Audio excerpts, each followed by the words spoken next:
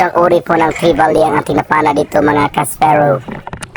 At ito nga po pala ang paraan ko sa pag-hunt ng trevally mga kaspero. Una ay mag-duck dive po tayo at para hindi po masyadong nakaka-distract, duck dive lamang po at free falling lang po ang pinaka-pamaraan ko sa pag-hunt ng trevally. And then pag malapit na po ako sa baba ay nagagamit ako ng fish cooler. Yung bibigan ko lamang po ang ginagamit ko bilang fish cooler o pang-akit para sa mga curious na isda tulad ng mga trevally.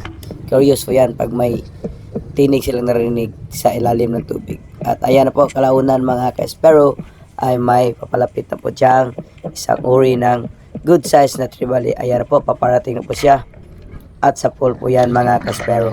Kadalasan po ako nag-hunt ng trevally mga ka-espero ay yung sa ibabang bahagi ng patuhan, yung sa may buhangina na po mga ka-espero.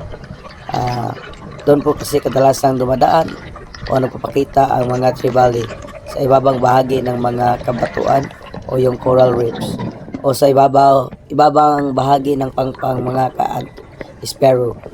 At yan po ang ating napana, isang good size na trevally. Pang-ulam na po yan mga ka-espero. Good shot pa din po sa may pangasya na tamaan mga ka-espero. Yan, isang good size na trevally.